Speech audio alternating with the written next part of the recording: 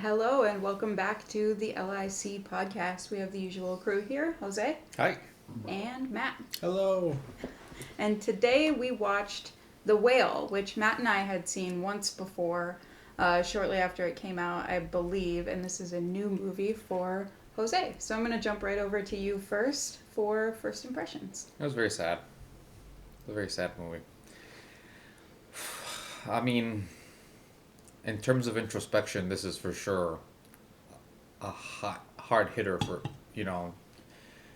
because we pretty much just watched like a 2-hour suicide, very, very slow suicide. And, yeah, it was quite impactful. In ways I'm still trying to process. I'm still not entirely sure which parts were more impactful than others, but I will say that it was, no pun intended, quite a heavy movie. Yeah. The gravity of of this movie. No pun intended. No, it's funny you say that. I remember the first time I watched this movie, I didn't know what to think of it after we finished. But I remember thinking about it the whole next day and just like marinating in it. Trying to figure out, like, first and foremost, if I even liked the film, and then what it was that I liked, so I can understand kind of how you're feeling right now in this like limbo of like, what do we even feel, how do we feel about this kind of thing? Yeah. I have, for better or worse, a pretty good inner consistency when it comes to like judging how I feel about fictional characters when I watch them do their thing, right? Like, I can accept a lot of moral ambiguity and a lot of moral grayness, and I look for it, really, This one was just strange because the protagonist was the villain the whole time, and he wasn't just like the villain to himself in the sense that he was, slowly killing himself, but he was the villain in his daughter's life, and he was the villain in his friend's life, and he ultimately kind of became the villain in the missionary's life, because he kind of broke him at the end. What do you mean by villain? Like, how are you using that word? Because he is the catalyst of their grief, he does it consciously.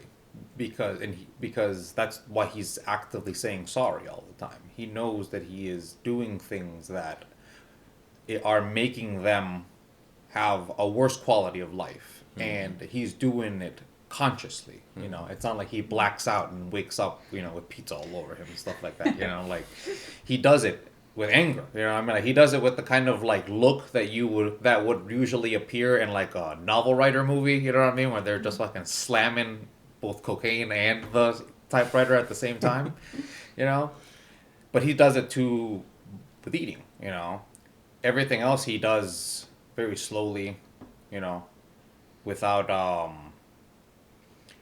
and with like a lackadaisiness that only a villain really ever has in terms of like doing things that hurt other people like that. Like, that's the way that I characterize it as a villain move, because everybody can do bad things to other people, like in a tale, right? A hero can also do, bad things before they redeem. But this guy has an active history, right? Hey, She just likes what I'm saying. She's like, damn, you just spit that truth, Jose, spit that truth. You're going to have to keep a cut of that for the podcast, probably. Put in the blooper reel. Hey, get Win rate. Win. Yeah, I mean, the difference between having a hero and a villain is just having the capacity to be able to both not just self-reflect, right? Because some people marinate and like the fact that they're doing bad things to other people, but then the outward desire to want to do something about it. Even if at the end of it all, let's say the outcome still doesn't end up being positive, in my, Kantian way of thinking, is like the intention is really very important in that way. It's like, even if ultimately, the actions didn't line up to what you would hope to be a good outcome, you were still, when you eventually woke up to your, to what you were doing, you started to try to change.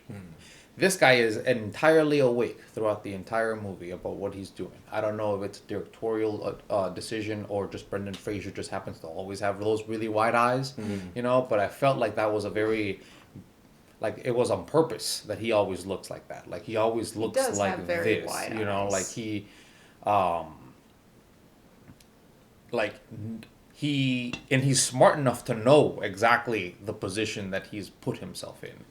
And I find that that's all quite villainous, you know, like that, all of those things in any other movie that wasn't about a sad person, you know, or like, you know, so outwardly sad looking, you know, we would be like, this guy is a villainous asshole, you know, like he's a man of whim, you know, and at the same time, a man who is willing to then, once the whim is over and he feels bad about it, throw it on somebody else's shoulders to take care of him, or, you know.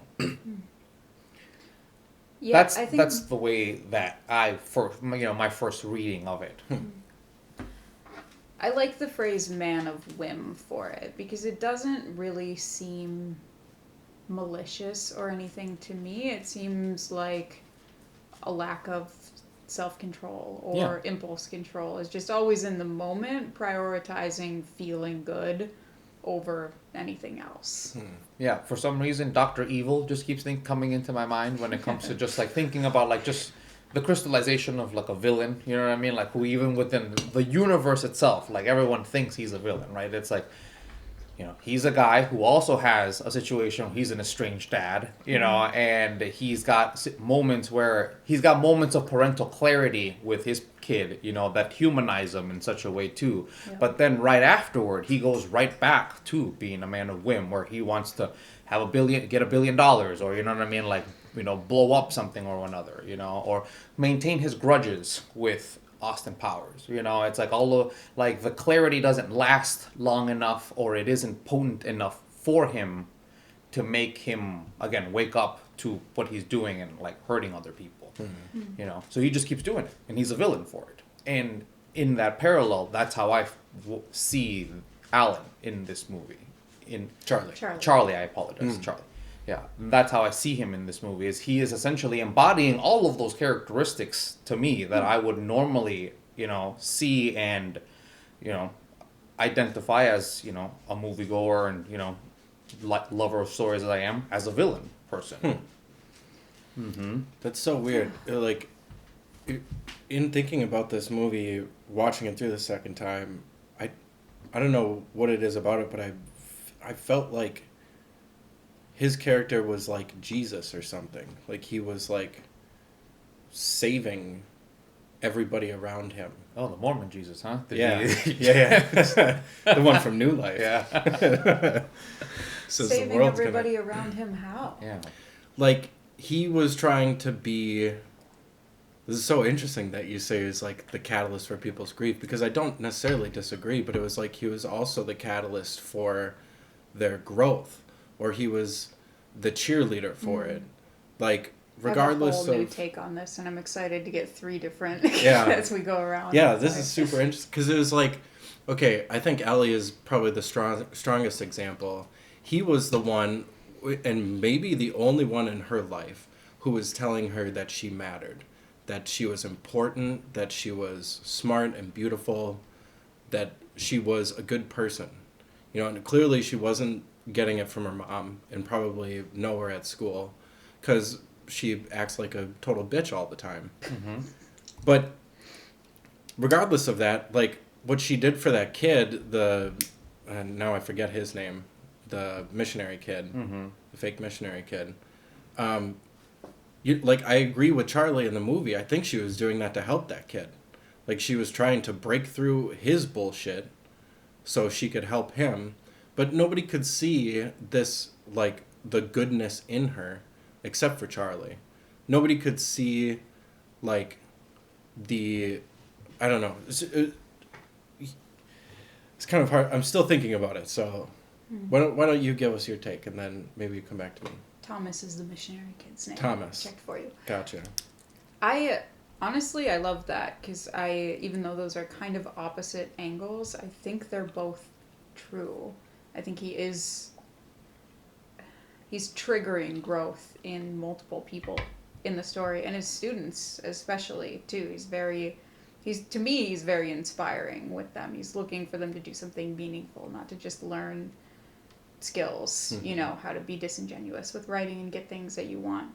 But for me, honestly, like his character just makes me feel like sad and empathetic more than anything. So it's easy to see him also as the victim of the story. But I agree with what you said, that he's kind of a victim of his own actions in the story, and he continues to be. But to me, he just always strikes me as a person who has given up. And that's why he keeps partaking in behaviors like that. Is like with leaving his family. I think that he left his family because he was in love and he was gay and he was in like a straight marriage, but not involving himself in Ellie's life. That's like his take on that was like, who would want me in their life? And everything from there on out, like he doesn't think he deserves better. He keeps eating all the time because he thinks he deserves to die. Is like, that's my take on it, is that like I think that he feels like he's just hurting himself, but he realizes that he's hurt other people, but he thinks he deserves what he's getting. Yeah, more on what I was thinking was like he is also like a torchbearer for kindness and for being honest. Like regardless of what people say to him, he's happy to just take it and reflect back only kindness. I love that about him. It's my favorite thing about his character. And it's like he is trying to message to the people around him, albeit maybe in not like the right way, because he is sort of villainous in his actions. And I wouldn't have described him like that, but I like that word. Yeah, I mean, he just fits the profile for me. Yeah. You know what I mean? Like when it comes to, just trying to see where I peg, the characters are after having watched the narrative that they went through. He just unfortunately fills in, more checkboxes. He just checks more boxes for the villain than he does for the hero, in my personal opinion. Well, and for me, every time someone in the story gets mad at him, I feel that their anger is justified. Every single time. And if one of those people or all of those people individually were personal friends of mine and they told me that story, I would be like, what an asshole. Yeah. Yeah, because in my opinion, right, if we're going to try to make the movie be just a dichotomy of heroes and villains in that way, just keep playing with it in that way, I would say Ellie is the real hero in the movie because she has the actual hero's arc, or like like the chaotic good. Yeah, exactly. She has the entire arc of coming from a position of only wanting to hurt and eventually, realizing that there's just more to it than just that. And also having just the benefit of being young. It's like it's really, really impossible to be able to say where the coin is going to land when someone's 17 like that. It's like you can see how it's wobbling in the air at the moment, but even then you'd still be a fool to completely make the call right then and there as to how things are going to turn out. Yeah. And she makes the conscientious effort to ask the extra probing questions to her dad. If she really was just out for self, which she totally could have been and 100% been completely in the right to do, right? But she didn't. She, out of her own will and desire, kept probing and kept trying to find justifications to figure out why this guy did all that. It can't just have, she's hoping that this guy isn't just a man of whim. Like there's some justification in, and fortunately it's been 8 years that now he's got a pretty good narrative in his head as to why he did it. So he can give it to her. Is it sincere? I don't know. It's tough to say. How many times has he played this scenario out in his head, of having his daughter just up here, or he's somewhere, she's, I wonder how much of his agoraphobia is part of his desire to not potentially run into them out there and stuff like that, Mm. you know, because they obviously don't live that far away from each other Right. where they can have such consistent meetups and stuff, you know. Yeah. Sorry, just one more thing to add on to that, and I wonder if in a positive feedback loop concept, as he gets more, you know, quote unquote self-described disgusting, you know, that he gets more worried that someone will recognize him and then pin that disgust that they might feel on Ellie, or you know that he's already caused them enough shame, you know, in that way that even his presence around, you know what I mean, could begin causing murmurs that would be, you know. Mm-hmm. I'm Yeah. sure with his outlook, I'm sure that that's, you know, not a non-consideration as a factor. Especially, like you said, it does seem like they do live close. If anything, I'm sure that him becoming immobile is a dark blessing to him in that way, because it means one less thing to consider in terms of having to potentially do. No one's going to be on his ass about, let's go on a walk, let's go and do this, you know what I mean? Because he literally can't anymore, you know? Right. No excuse. Mm-hmm. Yeah, it's interesting that the movie starts out with like, I think it starts on Monday. Is that right? It says like Masturbation Monday. Monday. Yeah, masturbation. Double M's. All I can tell you is it was a school day. It's a cool framing technique to set up this movie with Monday, and then following Tuesday. But during Monday, they immediately set the tone of this is more than likely the last week of this guy's life, Right. and so we get to watch everything that happens in the context of that show, of like what actions does somebody take in the last week of their life, basically knowing they're going to die. Right. Yeah. Mm-hmm. I want to step back a little bit before we jump into that, because I think that's a big topic. And I wanted to make one more comment about Ellie really quick here before I lose it.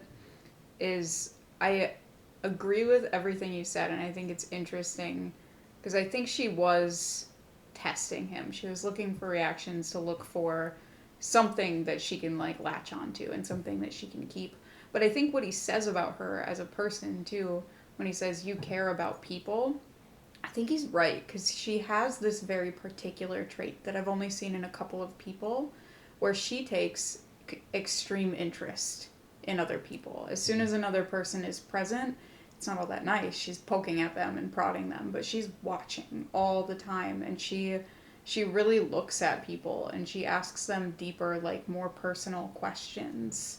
So I think this movie only has 5 real characters in it, and they are all so deep and so interesting. So I like the idea. I just wanted to kind of look at each of them individually a little bit. Yeah, 4, I think. Unless we count in Dan the Pizza Man. Yeah. Which I guess he's the pivotal anchor of the whole thing. Yeah. he's what ties the story together. Mm-hmm. I mean, he's the one that caused him to go on his pretty much death spiral. I was thinking of, because Dan essentially confirmed to him what I just said earlier, in that the moment that somebody actually gets a look at him, right, he perceives it as instantaneous disgust, right?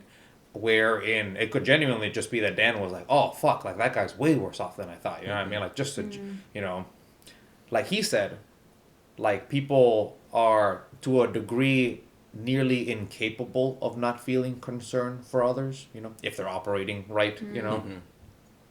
Which, to me, I agree. But at the same time, I feel that because of that, the bar has to be set higher than in terms of what it means to be a caring person. Because if we really are just all programmed to care X amount, right, then it's where's the real success then when it comes to being a caring person, right? Because we've all seen them. I mean, we've all seen people who are what the fuck, that person cares, you know. Yeah. And it's so because, you know, it's because I see him as such a villain, it's interesting to see him trying to, you know, do the changing of the size of where the hula, where the limbo bar is, in terms of what it means to be a good person, because he's actively trying to leave this earth thinking that his daughter can be a good person, right? Like that's the narrative he actively wants inscribed in his heart and brain before he departs, right? Oh, is that selfish in and of itself? That like I need to know I did something?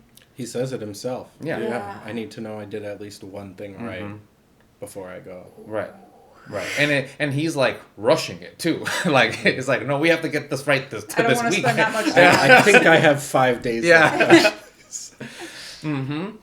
Yeah, I mean all of that stuff just seems really cowardly, you know? And I think that the movie does a really good job of using societal like predispositions toward empathy and sympathy toward people who are who physically look like shit, like this dude does, right? In order to be able to try to find some way to cave in empathy and sympathy into that story somehow, Well, you know? he's so nice. Exactly, too. exactly. But then the more you dig into the story and the more you go into it, you're like, oh, you know, it's like, I get why you feel that way about yourself, you know? Inherently selfish a little bit. Yeah, exactly. And I feel like that's where his friend Liz essentially landed, you know, because she's been with this dude in this state for, I would say, probably 2-3 years at this point, right? Like in the genuine deep descent part of this, you know, the abyssal stage of his universe. It takes a long time to put on that much. Yeah, so it's like at this point, she's heard it all, right? At this point, she's 100% heard it all, and she understands that she's pretty much just doing long care hospice on this guy, you know? Yeah.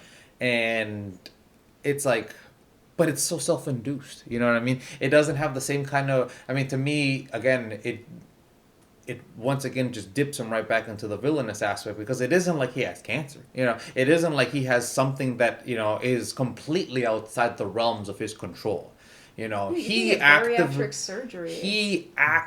can just dial 911 at any given moment, but the very fact that help is so easy to to get to causes him to have a panic attack that makes him dig it that much quicker, that much faster. You know, it's you know, what are the limits of empathy really when it comes to that situation? You know, because at one point or another it does become what's the word, enabling. Yeah. Yep. I think that is a perfect segue into our next 600-pound life character. talks? Well, yeah, but like just to frame it up as the character is, what do you guys think of Liz, who is basically serving as his number one enabler? She is in trauma. She is. I feel like she's pretty much still operating under both a feeling of abandonment issues because her family disowned her, essentially, and then just trying to cling to the last vestige of her brother's life, you know, and the last thing that caused her brother joy, you know, which is this dude. And at the same time, honestly, being herself in the sense that she only cares so much, you know. She doesn't fall for the trap of over caring for this guy. He's like, we'll do as much as you feel like we possibly can for you, but I can't live your life for you in that way, you know. And you know, it's understandable. I mean, I wouldn't call her. I mean, like, I wouldn't call her as villainous as I would, call Charlie. Even though she is, you know, the enabling that she's doing isn't good. You know. Yeah. But at the same time, because she's already in this hospice mentality, right? Like, I bet that at this point in the story, you know, in the week that we're catching them, right? Because this is such a small, like pretty much just like flash into what's been the reality for, again, if you want to think that he's been in this morbid abyssal stage for 3 years, you know, the 1 week in fucking 200 of them, you know, like, yeah, it's like at this point you have to get worn out, you know. It's like you can only say something to somebody for so long, Yeah. you know.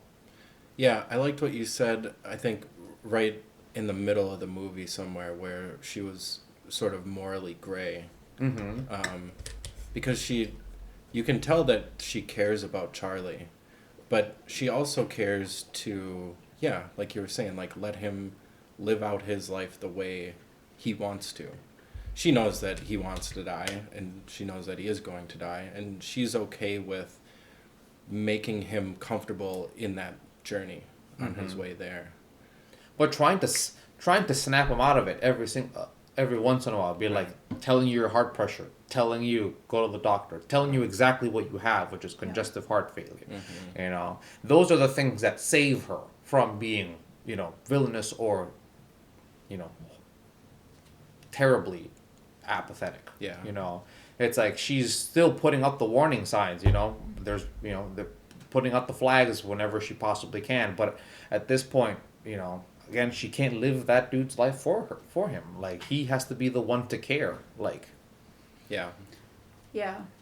There's something, too, about it that makes me more empathetic with her. Matt and I were, like, giving each other a look during this movie at some of the comments because, I mean, we've watched a lot of 600 Pound Life. I was trying to do the math. It's like 150 hours or something like that. A lot. you watch a metric tons of it. Yes, 600 Pound Life. And, which isn't, like, I'm not here to recommend that show unless you want to be sad by any means. Or unless they want to sponsor us. Which they can. Yeah, TLC puts their money in weird places. That's so. true. Weird places that pay. Anyway, and there's a pattern that exists in pretty much, if not every episode of 600 Pound Life, it's like 1-2 episodes without it, that every 600 pound person has an enabler, and usually that person loves the 600 pound person more than anybody else in the world, and it takes time to build this enablement dynamic, and some of them build it through things like that, through things like self-pity. A lot of them scream and are abusive and mean, just so that eventually they get that enabler in a position where the enabler is just like, just to spare this moment's feelings, I'm gonna give in, basically, until it becomes a habit of every single day.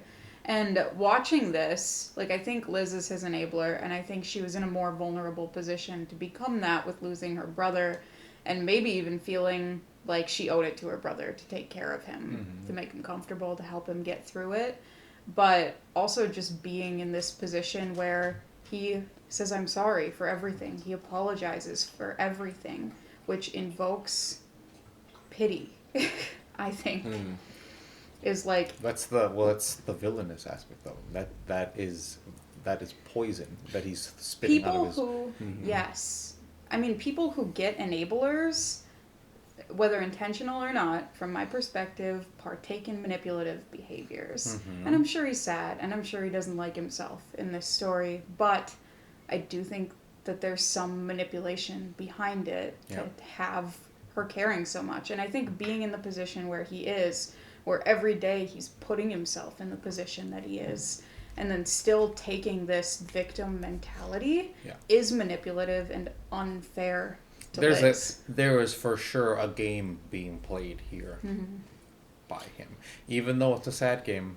You know, it is a sad game. Let me just clinch that thought with an example in the way that the movie begins. Right, the movie begins with a stranger knocking on his door and helping him. You know, and the reason why the stranger helps him is because he looks so pathetic. Like, it's entirely, and he knows how he looks like, and he knows how the projection that he gives off to people, and it's either repulsion, and this guy hasn't been repulsed yet to leave, you know, or it's pity. Or it's pity. And if it's pity, well, then I can get him to pick up my remote and get him to pick, you know, grab my cell phone off for me. He wants to work, put him to work. Yeah, exactly. Put him to work. Yeah, exactly. He would have left already if he didn't, you know? Put him to work. Read me this letter, get my phone. Yeah. All right, now get out of here. Yeah. What's your name? What? Yeah. If anyone pops in, they're good for 2 tasks. Part of, I'm thinking about him saying I'm sorry all the time.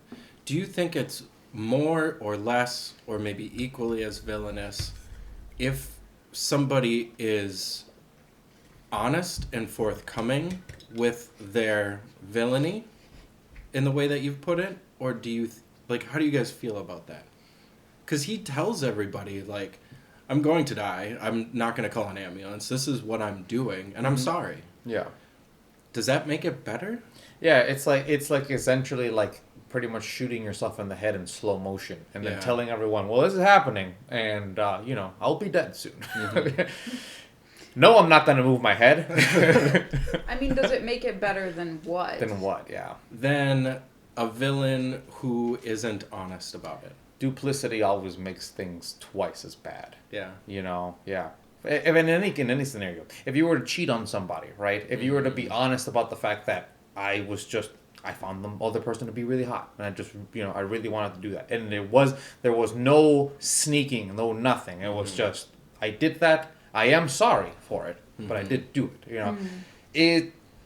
I feel that hits a lot harder and would make one, at least, if not save the relationship, at least save the image that the person still has of the other person in terms of who they are, as opposed to sneaking around or trying to pretend like it's not happening. Like all of that, I feel, makes things far worse. I think the reason for that carries through is you give the other people in your life autonomy to do what they want with that information. Exactly. Like if you cheat on your partner and you tell them right away, you give them the option to not continue being in a relationship with you while that's going on. Yeah. Yep. And like same thing in here is he's telling everybody around him what's going on and what's going to happen.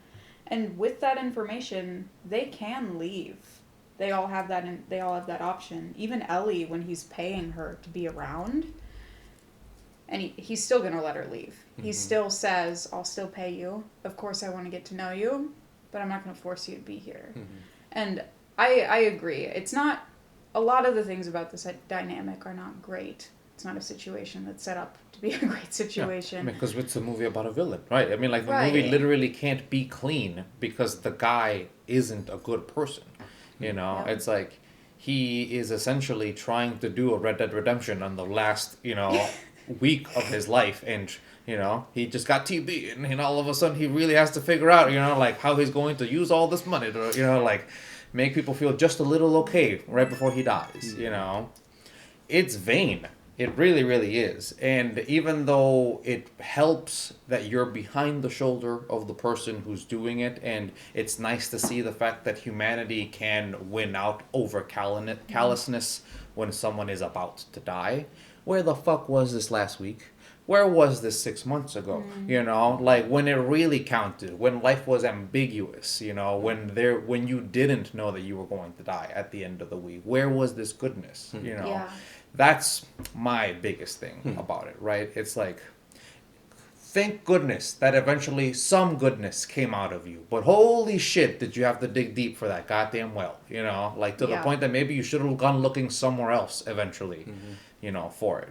I'm also quick to forgive the grieving phase. Like, I don't know. If you died, I'm not investing shit in anybody for a long time, probably. Right. That's like, you're going to go into a hole probably for a long time. But it's before that. Like, the fact that he wasn't a part of his daughter's life for like 9 years is like, it's not about you. It's not about, he had his partner at the time, so he wasn't in the state that he is now. And even then, it's not about you. It's about the damage that's being inflicted on her by you walking out of her life and never even calling her. You're the one that left. You have the accountability to reach out. She's going to assume you don't want her in your life. Yeah.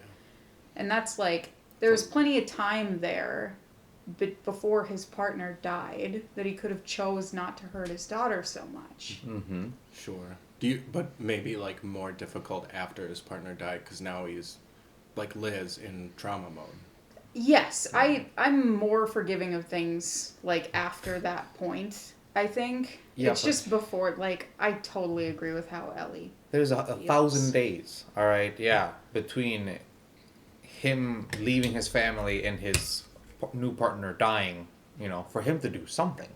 you know. And the thing is that if it would have happened, Ellie would have let us know, because as the movie points out, she remembers everything, right? Yep. So it's like she would have clasped onto something at 9, at 10, you know what I mean, of him appearing, you know what I mean, at some point, or even fighting for his right to see her, you know what I mean? She said, "You could have called me." Yeah, exactly. It's like, there's no reason. Yeah, I mean, if he was already so good at sneaking around, right, to the point that he was a philanderer, right? I mean, like, I'm sure he would have been able to figure out some means of being able to, you know, finagle a call with his daughter. That's another thing, is Ellie said, like, in that, like, selfishness pattern, is Ellie said that she met his partner, Alan, at dinner at their house when her mom was out of town when she was a kid. So he did cheat on his partner, too. And it sounds like the insinuation is that he kept it secret, which is, like, I mean, absolutely a shitty thing to do. Yeah, and I'm Like, sure... very callous. I'm sure and he did it under the assumption and impression that his daughter was young enough that she wouldn't remember this particular moment in time. You know, because he was under quite a lot of shock when he realized that she does remember exactly the moment, you know, this particular dinner, you know. But come on, she was 8. But It's see not that... like she was 3. Like, Yeah, exactly. But that's the thing. I don't know. Maybe that's how self-absorbed he was. You know, that he he thought that, you know, oh yeah, an 8-year-old's not gonna think too much about, you know, me bringing over this guy, you know, and then them going over the garage and, I don't know, flirting with each other or whatever, you know. Because I mean, she said that she heard them talking, right? So I can I can only assume that she might have heard something that at 8 years old might have sounded confusing, you know, I'm sure. and just didn't click in that way. But you know, Yeah, he might have just thought she wouldn't think anything of it. With, like, it's not like you brought a woman over, you know. Right, at 8 years old, you're probably not thinking which about is another that. act of duplicity, you know, in relation to being like, you know, it's like, well, I'm gay or bisexual, however he might be, right? And it's like, well, I mean, I know that social things would say that I couldn't bring a girl student over, you know, but I can get a boy student over. No one would think anything of that, you know, like. Do you think his wife was right, his ex-wife, when she said, "You only married me to have a child"? Is his pattern of selfishness pronounced enough that that's a possibility? Oh, 100%. If somebody can read that, you know, I'm pretty sure that that's something that, like, she began to feel as time went on, you know? Because it's like, if you have an 8-year-old daughter, right, that means you've known or dated for at least a decade at that point, let's say, you know, unless they shotgun wedding the whole thing situation. But it didn't sound like they did. It doesn't sound like the beginning was tumultuous or anything like that. Could have been a situation, you know, where he was always bisexual, or, you know, I mean, they live in Idaho, so maybe he comes from a very closeted, you know, like, repressed situation, you know, because it doesn't sound like they've ever moved, really. Like, It really doesn't. it really sounds like they've just been there the whole time, which makes his not being in her life even that much fucking, you know. But again, maybe therein lies another corner of self-induced shame distancing that he does, in that maybe he wouldn't, you know, if he were a straight guy, right, who happened to cheat on his wife with another woman, right, I am of the belief that he wouldn't have had such reservations to try to insert himself into his daughter's life. But because of where they live, you know, already she's already getting called, you know, for you two, I'm just gonna say the D word in, you know, on Facebook and stuff like that, you know. We can do that little peppering of what society at large looks like, you know. We can assume that it's probably not the most friendly of place for being gay, you know, or even the insinuation of being gay. So I can't imagine the social shame that his wife felt for having been, like she mentioned, having been left, you know, for a man. Then I would imagine the automatic insinuations of pedophilia potentially because he's like a teacher, you know, and now that he's gay, you know what I mean, there's just, you know, all of the things that just go along with those insinuations, you know.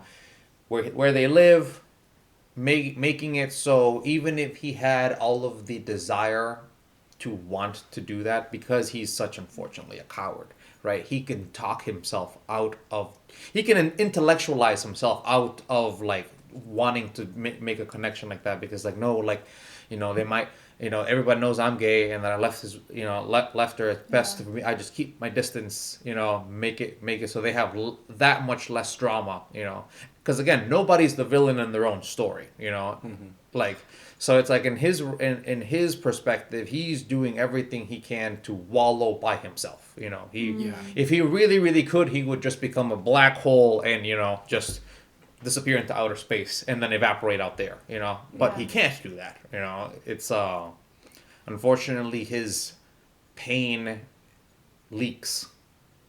It's very perceptive with the call on the environment, because Ellie uses, for the sake of YouTube, the F word, the other F word, the homophobic one as well, and it does say something about the environment. She uses it so casually that I would imagine it's just the kind of thing that she, you know, she hears and says all over in school all the time. Yeah, you know which what I mean? like in 2022, not a word that gets thrown around like it did in the like early 2000s. It depends what state you live in. Yeah, probably. exactly. Probably. Yeah. Fortunately, here.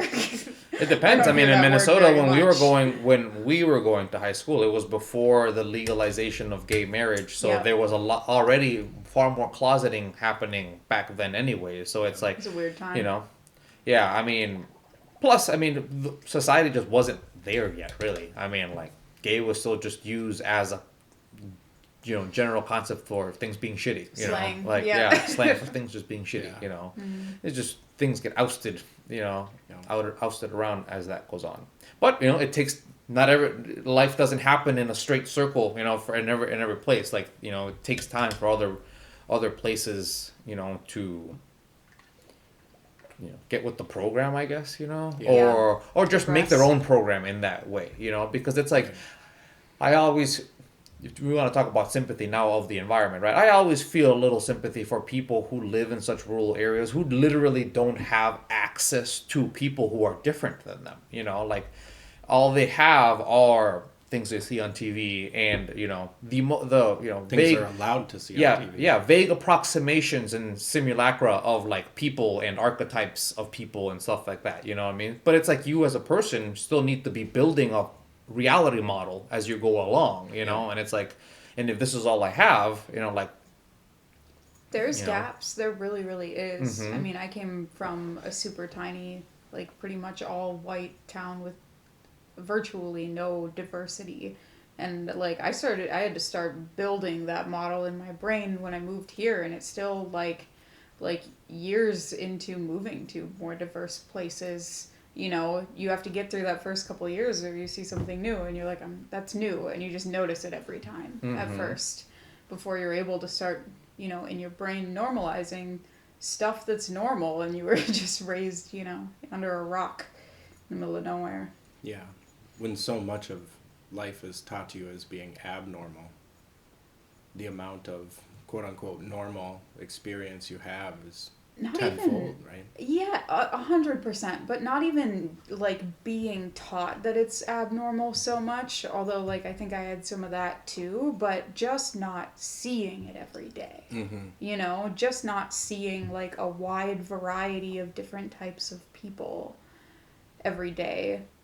Like, it's just different. Like, I've had to really work on my ability to like understand people with accents, because I didn't grow up around a lot of people with accents, you know. That's been like skill building for me, and it sucks, you know, to make it into the real world and not have those things. Sorry, you said you pitied something that I related to, and now we're off on a tangent. No, I mean, it all helps to color the, you know, the canvas more of what we just watched. Because, again, I am sure that although Charlie does feel like a piece of shit person and that he's caused a lot of pain, again, he doesn't feel like he's the villain in his, you know, like, the villain. Like, he wants to still do good. He's, you know, even if it's vain and selfish, right? I mean, the last desire that he has is still for good. You know, it could be anything else. I mean, you know, it could still be anything else, but that's what he chooses to want to be. You know, he decides to go. You know, yeah, to go legacy building at the very last moment. You know, which is very human of him, I feel. Yeah. I really like that. I think you Yeah. put that extremely well. Do you guys think it's any more or less selfish to kill oneself by advanced obesity? I don't know what the term would be. I don't know. It doesn't appear to be a fun experience. Right, but like it seems to me that like it is certainly more of a burden on society writ large. People who have to take care of you. People have to too, take care of like you. your loved ones. You're probably going to cost. Well, he's not going to the hospital. I was going to say you're going to cost taxpayers a lot more just for like being in a hospital and taking up, you know, services. It's also interesting that like he chose to take that route, or that's how his trauma manifested, whichever way it, however it bundled up, when his dead partner went the opposite way, who wouldn't eat anything. Mm-hmm. Like he killed himself slowly in the same way, That's interesting. right? By Right. starving himself. I wonder if that's symbolism for something else in the story. Yeah, I mean Yeah, well, Like what? now what, it sounds pretentious, but I guess I'll say it anyways. Because I mean, because it's like, yeah, the partner was starved for the understanding and acceptance of his congregation and his family, which then pretty much manifested physically in that way. And so what does the whale mean? The whale means perhaps, again, pretentiously symbolic. The concept of the fact that the very last way that they probably saw his partner was all bloated, and they even mentioned that too. You know, he was like, especially considering that perhaps, like the last time they probably saw him alive, he was really skinny, you know, but then the very last time they see him, period, he looks nothing like himself, you know. Yeah, again, you know, just pulling pretentious symbolism that potentially could be there. Well, there's a lot too, like because Melville is prescient throughout the whole movie, and I never read Moby Dick. Have you guys read Moby Dick? I tried. It's too old for me. Pretty bland, or It's the language, I think. Yeah. The way it speaks is... Yeah, it's for people who had nothing else to do, so it's Right. really, really thick. You know what I mean? Like, it was like a penny a word. Wasn't yeah. it? Gotta rack up that paycheck. Yeah, because going into the movie, sort of just assumed that the whale, whatever that meant, was referring to Charlie. All I right. think that's like the first assumption, but it doesn't feel right to me. Yeah. All right, really funny. At the very beginning of the movie, one of my first initial predictions, right, was that the that project, that essay that he keeps like rereading to himself, was the last essay that his partner wrote. But I initially thought that was the case, Oh. and I was like, in my mind, I was like half laughing because like, wow, what a shitty essay for somebody who's in college. This is not college level. No. essay And writing. then it made me sad. I was like, wait a minute, you were impressed by this guy? This guy? It's the best But then essay it made a lot more sense after the fact. Maybe. But there was a solid 10 minutes and I was like, huh. I was like, this guy might not be a very good teacher if this is the if this is the caliber of work that just wasn't absolutely teaching floors his him. Yeah. Maybe it's more of like the white whale metaphor, where it's like he's hunting for something that he desperately needs through the whole movie. But I don't know if that's his legacy or like his daughter's acceptance or what. Yeah, it's tough because in the essay it says that Ahab thinks his life will be better if he kills the whale, but he doesn't know that the whale doesn't have any feelings. It's just a big animal. So in that situation, right, again, to interlock it with my way of thinking, I think, yeah, Ahab being the villain of that story is Charlie in this story in that way, you know, where he thinks if he kills himself, you know, he'll feel better about it. But he doesn't realize that at the end of it, he won't feel anything because he'll just be dead. He'll just be, you know, one more one more big animal, essentially. That's dead there. brilliant, actually. I think that's really good. That's probably the best way to my best thinking of interlocking those two things together. Because again, he is the villain in my personal opinion. And again, in Moby Dick, Ahab is the villain, but I mean a very He's the villain. he's the captain, yeah, of the ship. You know what I mean? He inspires people to go do other stuff. You know, just like you said. You know, but ultimately he's too broken and self-involved in this thing that he's got going on. That is a suicide mission. You know, it is genuinely a suicide. He can't wait to hop on top of that whale and then have it dive into the ocean and then have nobody ever see him again. You know, like He's both Ahab and the whale. Yeah. I think that's super brilliant. I want to pivot a little bit to, I feel like we've been unpacking this movie, and quite frankly, this has been a really enjoyable conversation. I feel like I could do it all night. It's a deep movie. But just to like step back into ourselves again a little bit, what do you like about this movie? it had good mirth. Mirth? Yeah. Yeah, I mean, like, it wasn't funny, you know, but there were, the characters knew how to pivot from being really angry with each other, just being like, I'm tired of being angry, like, just back to casual, you know what I mean? Like, because again, this is one of hundreds of weeks that this kind of dance has been happening, you know, of him getting progressively worse, you know, with Liz. And I mean, like, his daughter being in part of his world is a new thing, you know what I mean? But at the end of the day, I mean, it's an encapsulation of how it would have happened every time, you know, because this is their first. You know, regardless of when it would have happened, there would have always been friction in the first week, you know, of them meeting with each other. But you know, again, his selfishness makes it so now all he has is just this 1 week, and he's hoping that he can make it to eternity with the hope that this 1 week means that his daughter will be okay, you know. When in all reality, it could make it worse, because I mean, his daughter just fucking watched him die in front of her, you know. Yeah, there's a lot that might happen right after the movie, or that we have to assume does happen.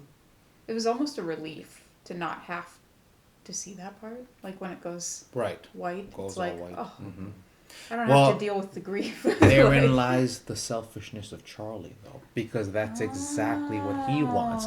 He only wants the payoff of the moment. He doesn't want the repercussions. He doesn't want any of the extra baggage or collateral damage that happens with his situation.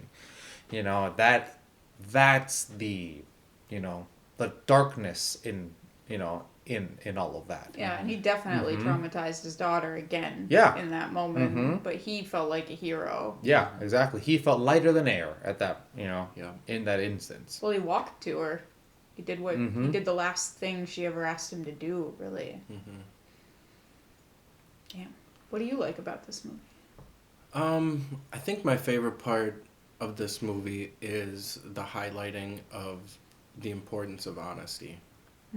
Like, Charlie is sort of a paragon for being honest in the movie, and being honest with people, and asking other people to be honest with him, and trying to show people the benefits of behaving that way.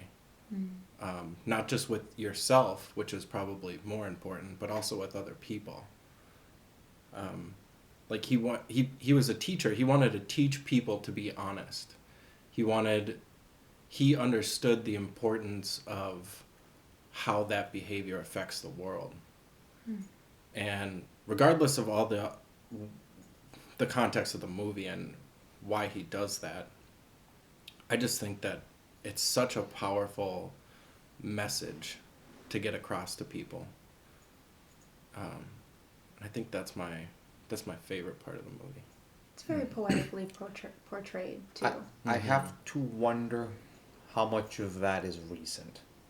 You know, how much of this more mortal clarity that he's reaching, is as a result of him becoming even more dead set on his slow suicide, in the same way that it is reported that people who commit fast suicide sometimes have moments of very deep happiness and mania even, days before they actually commit the act itself, because they feel so in the moment and attuned with what they feel they're going to do anyway, that at this point, best I can do is just, leave my best foot forward and let everybody else, not everybody feels the way I do, sometimes there is light in this world, and even though I can't feel it, like, that doesn't mean others can't, It's been done before.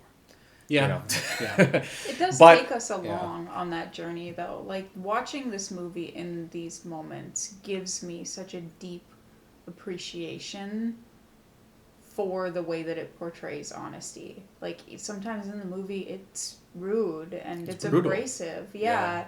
But it's also refreshing. It feels refreshing. And, like, him reading the tidbits from his students, that's like, I think I'm going to have to accept that my life won't be very exciting, or I'm tired of people telling me I have promise. In those moments, like, those little sentences that you wouldn't think anything of, really, in most places, I think the way the movie frames them, like, really, like, shows you what's beautiful about it. Yeah. It's concise, it's clear, it's how I feel.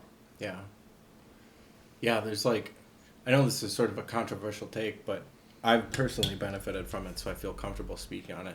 There's something to be said for fat shaming. There's something to be said for tough love. Like, there are times and places where that is the best course of action for somebody. People need to hear what other people honestly think about them sometimes. Right. And the value of that cannot be understated. I think it's incredibly important just to recognize that. Yeah. And this movie has it in spades.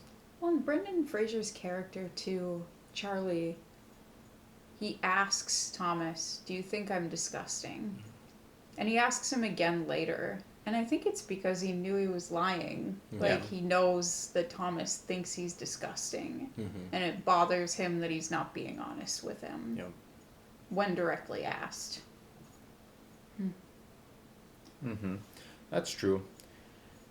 Another thing that I really liked about this movie was, like, it's really, really beautiful portrayal of positive feedback loops that have gone too far. Wherein, like, I, as a person who doesn't suffer from being overweight, but feel sometimes that I could exercise more, just do more things, I feel that feeling of, like, man, it's been already so long that, like, having to begin now feels like such an insurmountable task already. And having to, like, undo all of the bullshit I've already done to myself anyway, that it just feels like, what's the point? Even with these tiny, insignificant periods of time. Exactly, right? And it's like, and then and the movie does such a great job of putting you in the shoes of someone who's years deep into this, with the physical manifestations 100% having already appeared, that, like, it really does feel hopeless, where it's like, even, again, I, as a person who can very easily get up and just start doing squats or just like calisthenics or whatever, right? It's like, I have the good benefit to be able to get up without wheezing, my life half away before even beginning, one of those things. Where it's like, in that situation, where do you even start? Obviously, where you obviously start is by dialing 911 and then having gastric bypass, and then, you know what I mean? Go down to Texas, go see Dr. Now. Yes. Yeah. Get on the program. Yeah. Not that there aren't ways out, but I mean, yeah, I mean, I'm wondering now in terms of the fact that he, like, that whole, like, him unlocking the door to his, like, partner's, if that was just, like, in the deep pretentious symbolism that this movie is, it's like, if that is just, like, an inclination of the fact that, like, he literally has just one last door left open to him in this last week. Like, he really can at any moment dial 911 and, walk into the pristine room as opposed to the shitty room that he sleeps in every single day, right? Because it's like the only clean section of that whole house is the room for the dead man, you know?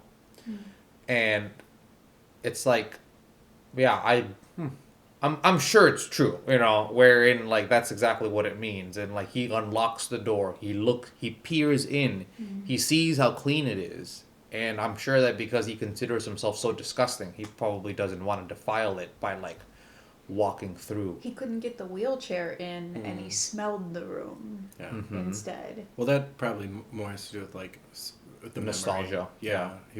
Yeah. He probably wanted to keep the smell, whatever was left of. I think there's something symbolic about it, though. Yeah, like, for he sure. was as of that week, like, he had accepted this last bit of enablement where he takes a wheelchair instead of his walker. Yeah. And then at that point, he could no longer get through that door.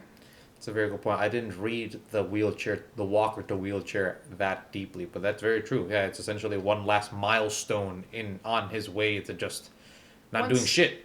Once you lose the ability to walk, like being bedbound in like the world of extreme obesity is almost as good as a death sentence. Yeah, I've heard it's like 6 months. Like you basically shorten your lifespan to 6 more months. Yeah. Once you're not able to move. I can believe it. I mean, sitting on the couch nowadays for like more than 2 hours without moving just feels horrible. Yeah, it's you know? rough.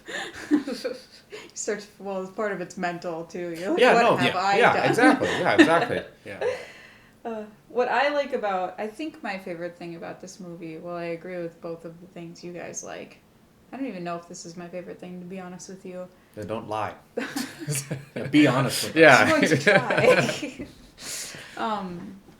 I think with a small cast, movies really have to do this well.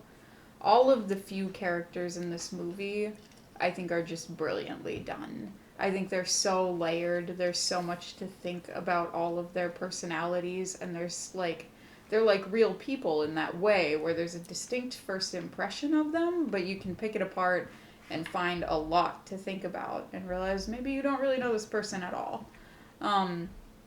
And performances. I think everybody killed it that acted in this movie. Yeah, technically speaking, I agree with everything you just said. Like in the realm of what is good film, phenomenal. So powerful. It's such a pleasure to see Brendan Fraser again on screen. Oh, he did so well. And in this kind of powerful of a role. Yeah, I think he did great. Awesome. Well, one more question, I think, before we move into ratings, and we can go full circle with this, but I'm going to pick on Jose because this is kind of your shtick. Even better if? Jose's even better if for the podcast. This might be kind of tough. It's a lot to marinate on. What would the movie be better with? Or it would have been better if they did something else? Usually it's like, Jose personally would have enjoyed this movie a little bit more if... Well, this is the nitpick section. The nitpick section. Is that what? We got to get a formal name for it. But it needs to have the word Jose in it, I insist. Jose's Peanut Gallery. Yeah, it's just to say the movie's really tight. Can't really think of things to squeeze in or take out that would have really changed my mind as to how I already feel about the movie. You know, if anything, more information might have diluted, the educated inferences that I'm getting to make right now with like living in Idaho and the setting and like the times and like the relationships at hand. Yeah, I'm not really sure. I don't think so. I think the movie is well. I can see why it won 2 Oscars. Let me just say it like that. Yeah. Did it feel like 2 hours? Yeah, it felt like a movie. It didn't feel like it flew by. Mostly because you wallow with the guy. It's like there isn't 2 hours of wallowing. Yeah. Like for example, the one of my favorite movies, Synecdoche, New York. First episode of this podcast. Go check it out. The reason I like that movie so much, right, is because although it's also a self-pitying, I'm gonna die really soon because I say I'm gonna die really soon, protagonist kind of guy. In that movie, you go through decades of his life, and you see the manifestations of that mentality affect everyone else, and pretty much age of people around him, because of that way of thinking. And then the dark irony of it being that he's the last person that's left alive at the end of it all, even though he was so like, oh, I'm so close to dying, like, as opposed, in that movie, you are, again, you get the nice long expanse of time to see, those like moral patterns or like habit patterns essentially like really play out, to their fullest.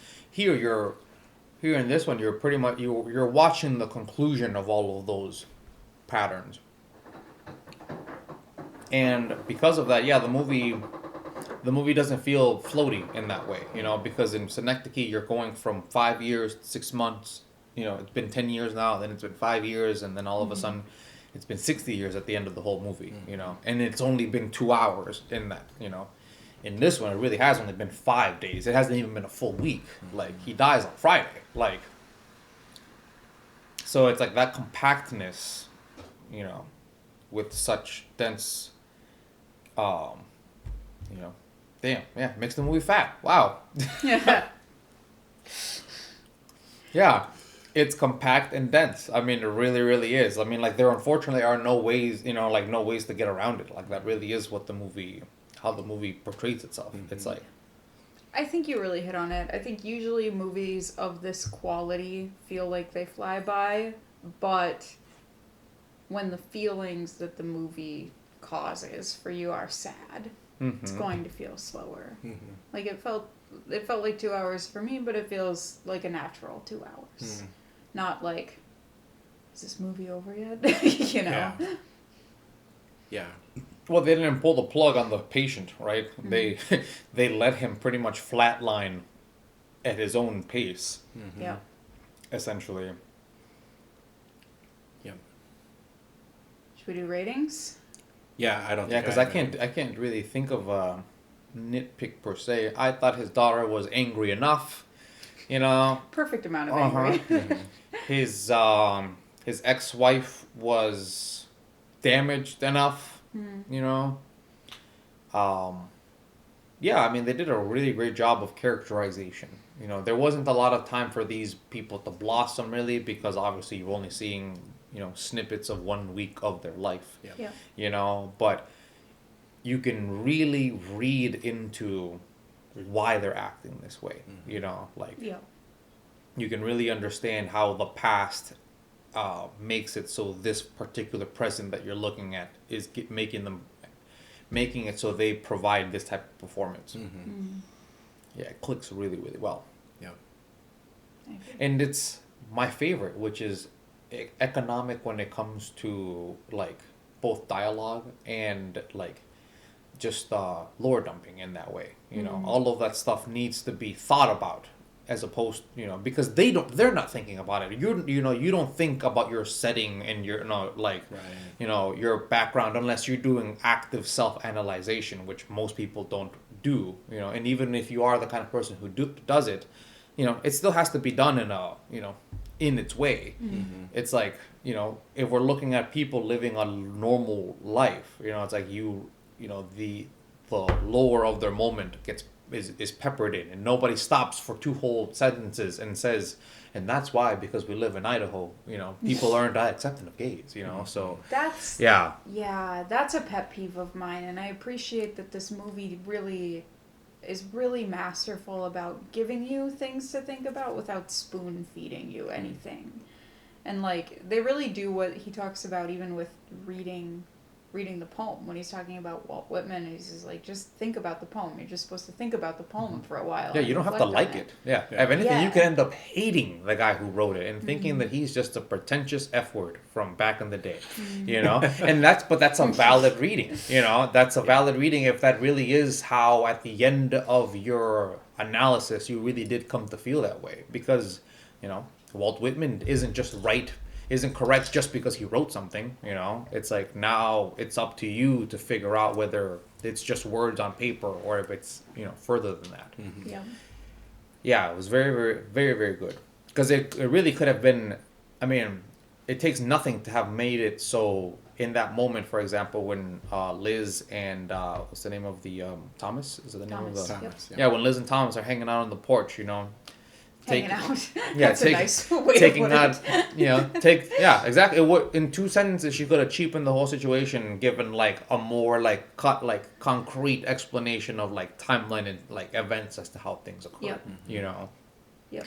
Instead, you really do have to go out of your way, well, not even go out of your way, because the movie spells it out pretty well at the end of it, but you have to keep an open eye as to the spider webbing of why is it that this Liz lady comes by, and like what possible connection could they have with each other, and then the light intimations of how I was wrong about how I thought that the essay was right away from his partner, because they happened to meet each other and as a teacher, not realizing that because of the fact that this guy is gay, that he could have kids out there, and stuff like that.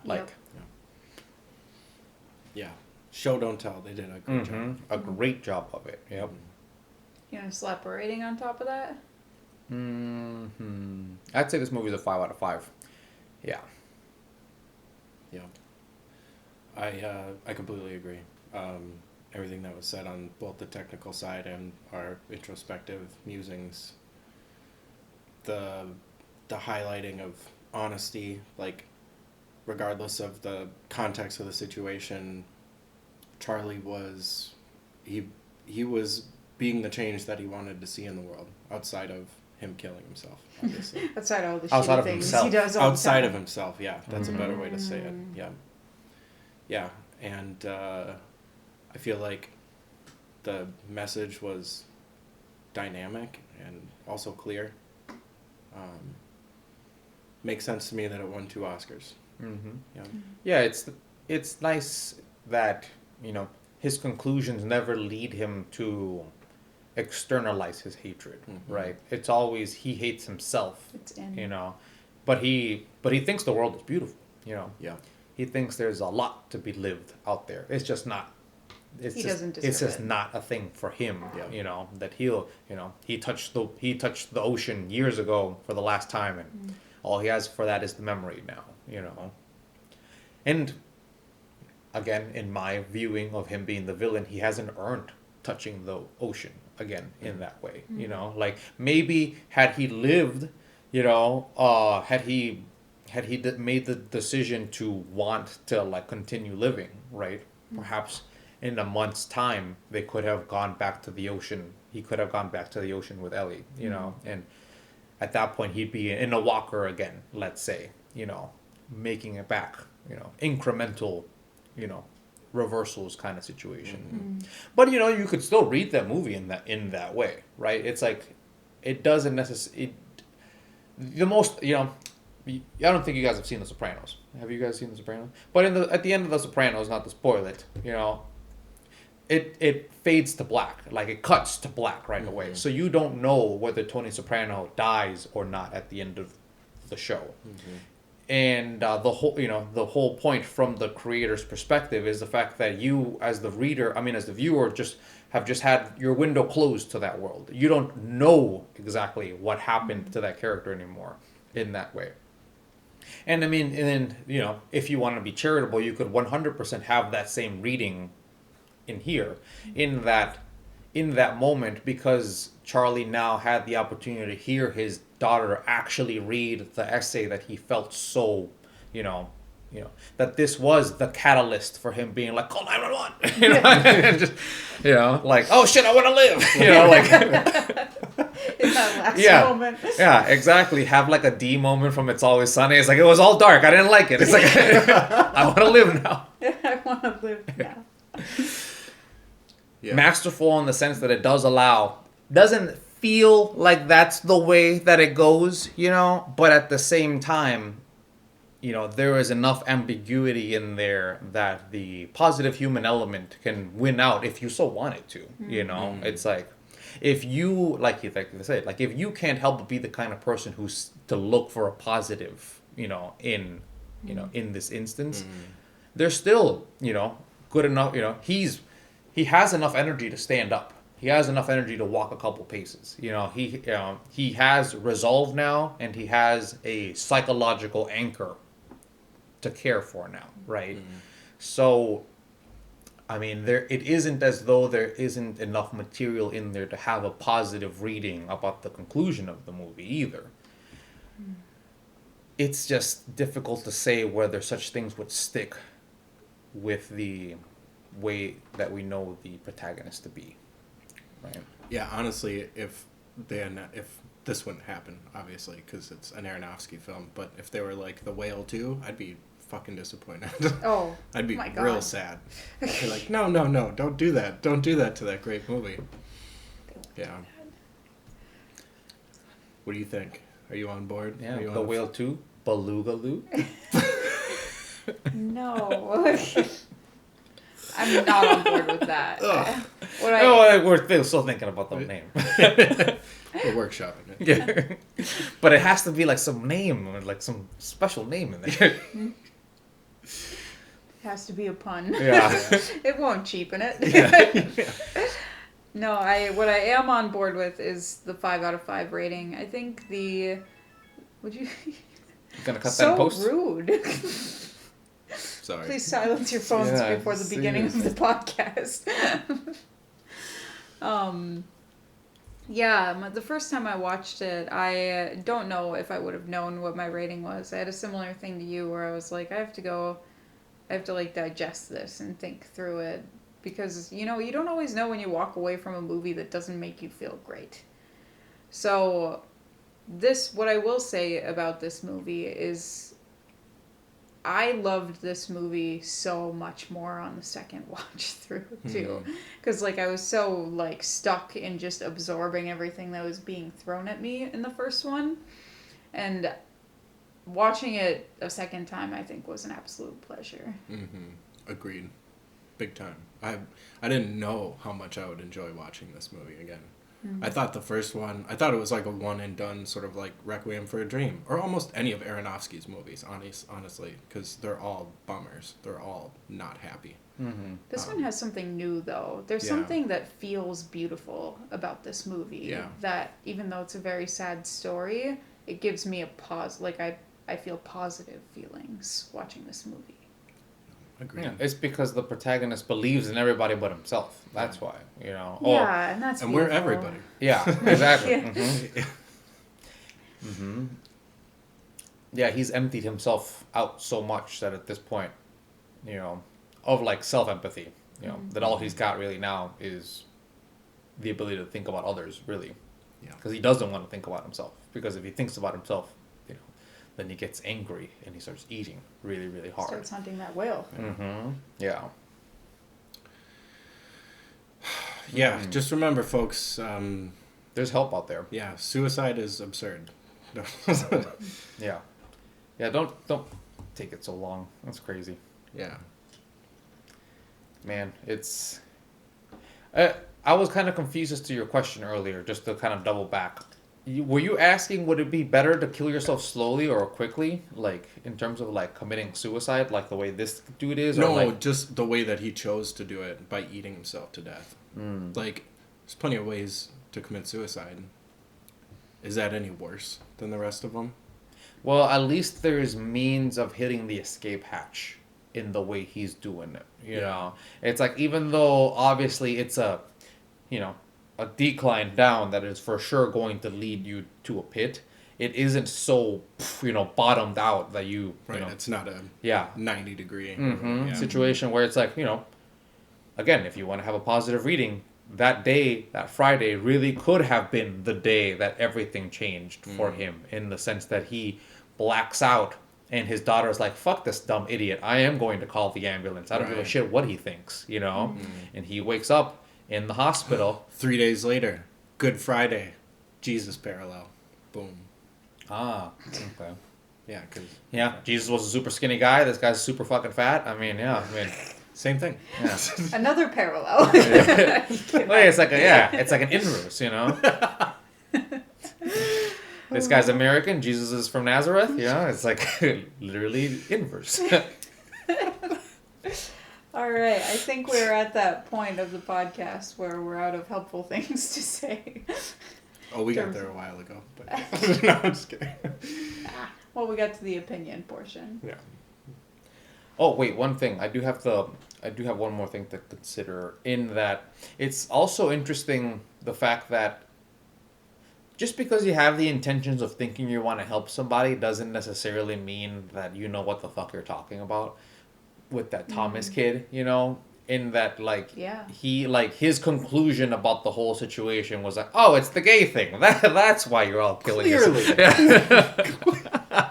It's so simple. Yeah, exactly. You're right. But again, this is a young man operating on good intentions. You know, like he really, really is for sure. walking around trying to see if he can do some good. You know.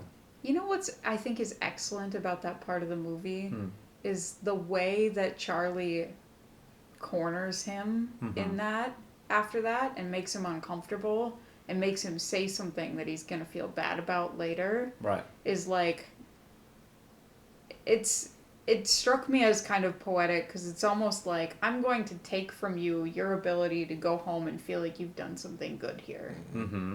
Like you don't get to have that. Yeah. And I mean, everybody chides him for it too, right? Because everyone in the story is privy to the kind of ministry that he's coming from, right? Wherein they teach you to be self-righteous.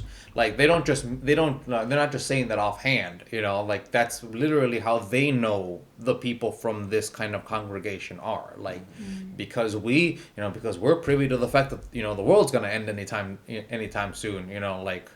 You don't want to say it out loud, but we're better than you, you know, like, and it's like, he can't help it, in that way, because that's already the paradigm that he's coming in from, wherein you have a problem, and obviously, the problem is you lack God, and I guess. Thank you for having this last a little longer, because I guess if there is one thing that I would have liked to nitpick is perhaps just a little more pressure from Charlie to Thomas in relation to the amount of experience he actually has in this particular ministry and stuff already. Yeah. It's like because they all hint at it, that the fact that like they've heard this song and dance before and have danced it themselves, like this isn't new to them. And perhaps the kinder thing in this scenario would have been to be even more blunt with him in that way, because of the fact that this type of ministry has the potential to be life destroying, like it has been in this story. Yeah, exactly. Yeah, but I like that, like, he pushes to a point where basically when Thomas breaks in that moment, he basically just has to say it in a way that many of us are hearing it. Right. Is like, that's, you have to be honest about it. You think it's disgusting, just say it. Yeah, exactly. In typical Charlie fashion, he's like killing him with kindness, or like with like, be honest, Yeah. That's what I demand of you right now. Yeah, you don't get to pretend you did, like, that you were here doing something nice. You don't get to tell yourself that you did something nice just because you used prettier words. Right. He's like, dude, I know selfishness. You're not fooling me. Yeah, exactly. Yeah. I know exactly what you're doing. Yeah, he tried to come and con the master, and it's like... You're going to take a shot at the king? Yeah, that's not this, yeah. Yeah. And he made him wimp out before before the revolvers even came out, really. It's like... He crumpled that little kid. He's been doing this for years. Yeah, it's very true. Yeah, I mean, the movie's already long enough. I would say that it's, it'd have to be cut somewhere else, and I can't really think of a place where, you'd shave there to add here kind of situation. Yeah. No, I think I pretty much, I like spread equally. I like the whole movie. I like all of it, really. Yeah. Yeah. Well, with that, we can probably about call it a wrap. It was a pleasure watching this movie. It was a pleasure talking about this movie. It was quite. I didn't think I was gonna like it as much as I did. I thought it was gonna be more boring, to be honest. Yeah. I had no idea if you were gonna like it, Yeah. so I'm Took a thrilled. gamble. Yeah, Yeah. we rolled the dice. I am But he also likes thrilled. Synecdoche, so That's true. Mm-hmm. And Aronofsky never misses, as far as I know. But that's a whole different podcast. Anyway. anyway, Yeah. thank you and good night. Good night. Good night.